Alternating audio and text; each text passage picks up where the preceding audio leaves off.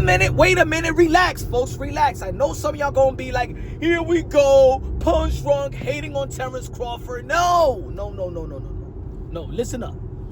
Now, y'all know, y'all familiar with the channel, I was not a fan of Turki Alalshikh showcasing Canelo Alvarez versus Terrence Bud Crawford. It's not a fight that I asked for. It's not a fight that the majority of the boxing world asked for. We ain't asked for that fight. That was Turki Alalshikh, fantasy fight, in which Bud Crawford did his thing and beat Canelo Alvarez. But that's not the point, right? I knew that even if Canelo Alvarez would have won, it would have been a lose-lose situation. It does nothing for the sport of boxing to move forward, to create interest, to create the momentum that boxing needs, right?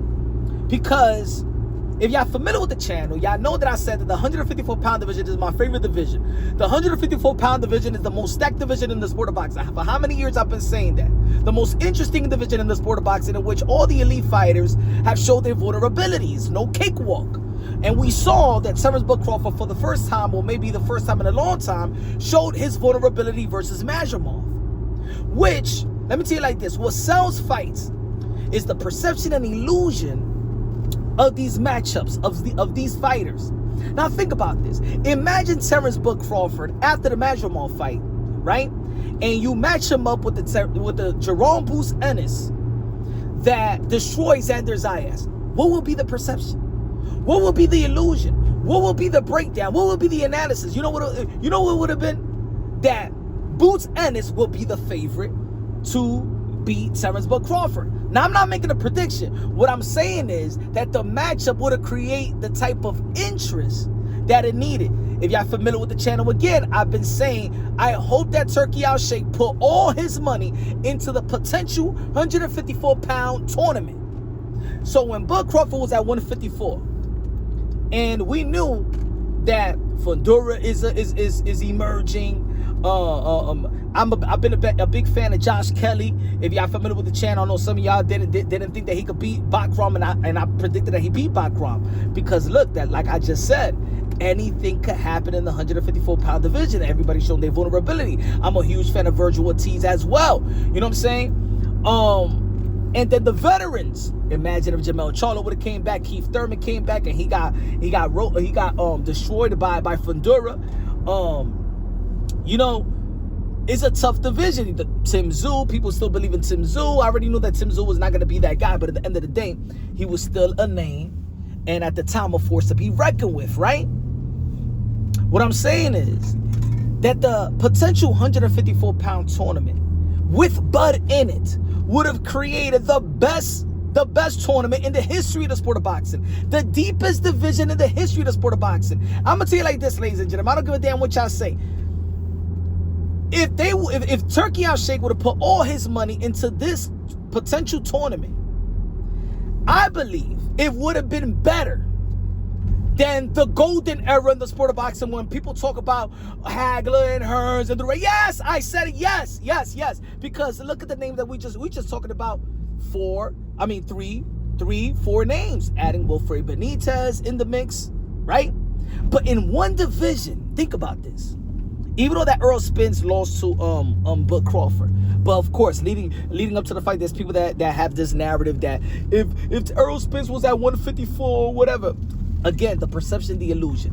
Anyway, you have a Earl Spence, Jermell Charlo, Josh Kelly, Fundora, Thurman, Bud, Boots, Vergil, Bakram, Majumov, Boachuk.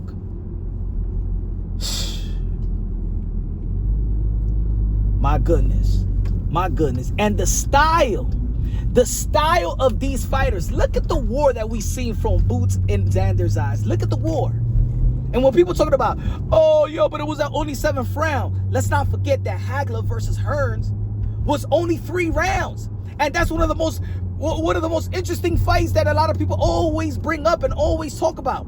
Let's talk about when Roberto Duran lost to Hearns. He got knocked out in the 2nd round. So yes, I believe with the style, the killers like Boots and Bud and Vergil and Fundora, can you imagine these styles emerging and everyone in their prime, except Bud Crawford at the time, but he is performing at his prime.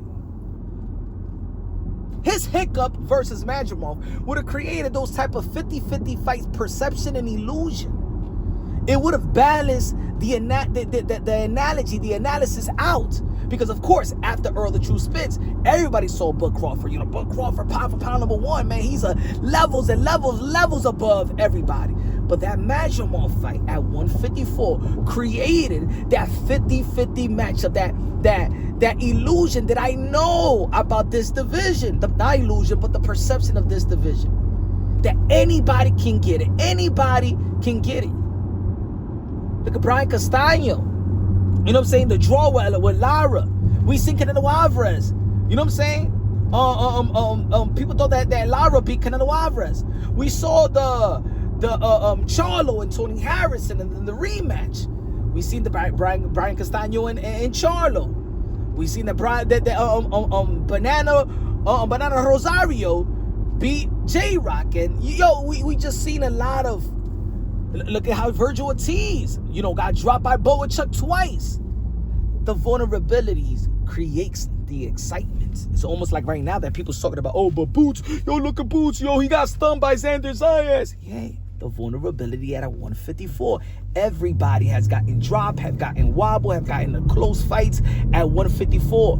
Because anybody can get it at 154. Like I said, the most competitive division in the sport of boxing. A lot of people thought that Josh Kelly was going to lose to Backrau. 99% of the boxing world thought that he was going to lose that. He was not even going to last more than 6 rounds. Well, he did. I picked Josh Kelly that was going to beat Backrau. The triangle theory, especially the triangle theory at 154, is irrelevant. It doesn't matter. I think this is the reason why I wasn't happy with the matchup with Canelo Alvarez and Bud Crawford. It actually gave Bud Crawford an out. Even though that Bud Crawford did beat Canelo Alvarez. But with that win, it put Bud Crawford like, I just beat Canelo Alvarez at 168. All you guys is little, yeah. See, Bud Crawford was not ready to retire because he was about to fight Madrimov. He fought Madrimov. And right after that, he was trying to position himself to fight Fundora. Turki Alalshikh gave Bud Crawford an out of the 154. It gave him an out in which Bud Crawford looked at ordinary at 154. And even with the matchup, it didn't have momentum. The Canelo Alvarez and Bud Crawford didn't have momentum, right? Because look how Canelo Alvarez performed versus William Skull. And I don't want to contradict myself and saying, but look how Bud performed versus Madrimov. Yet, it would have created that illusion. Even a Bud Crawford versus Jermell Charlo, because after the fight with Earl Spence, that's the fight that we wanted to see.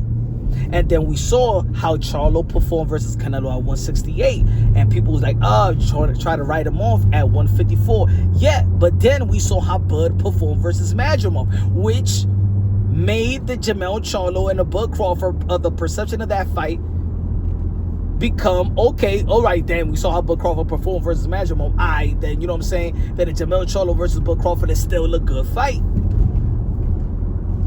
Earl Spence and Jermell Charlo the friends, maybe not friends, foes, may be fighting. I think that Turki Alalshikh dropped the ball. I think that the media did not push the 154 tournament like I was pushing, because of course there's a lot of media folks that is just trying to agree with everything that Turki does, and Turki has done a wonderful job for the most part, but I truly think that his fantasy fights also has not worked good for the sport of boxing.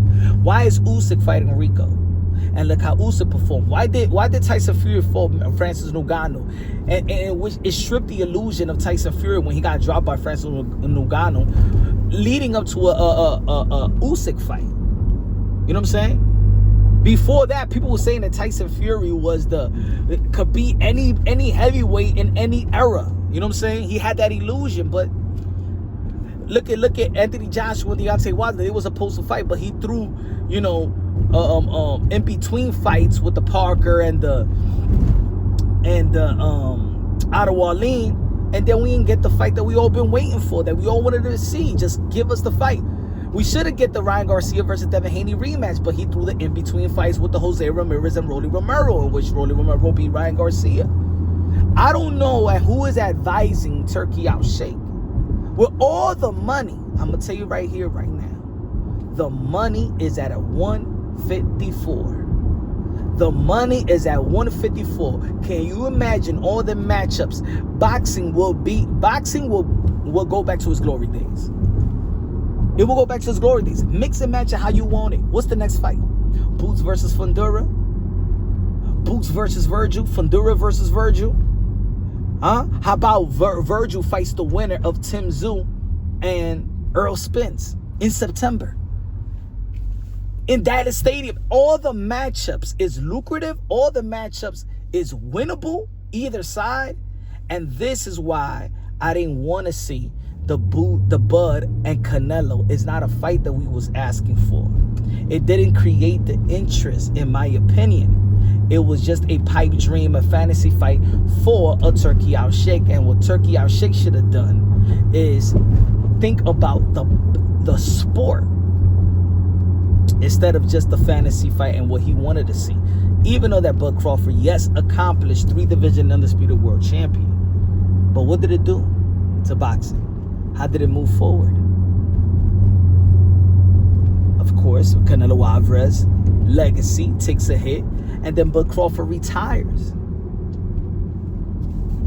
And now when we're looking at 154, and we're talking about Boots, what is the name that linked up to Boots? Bud.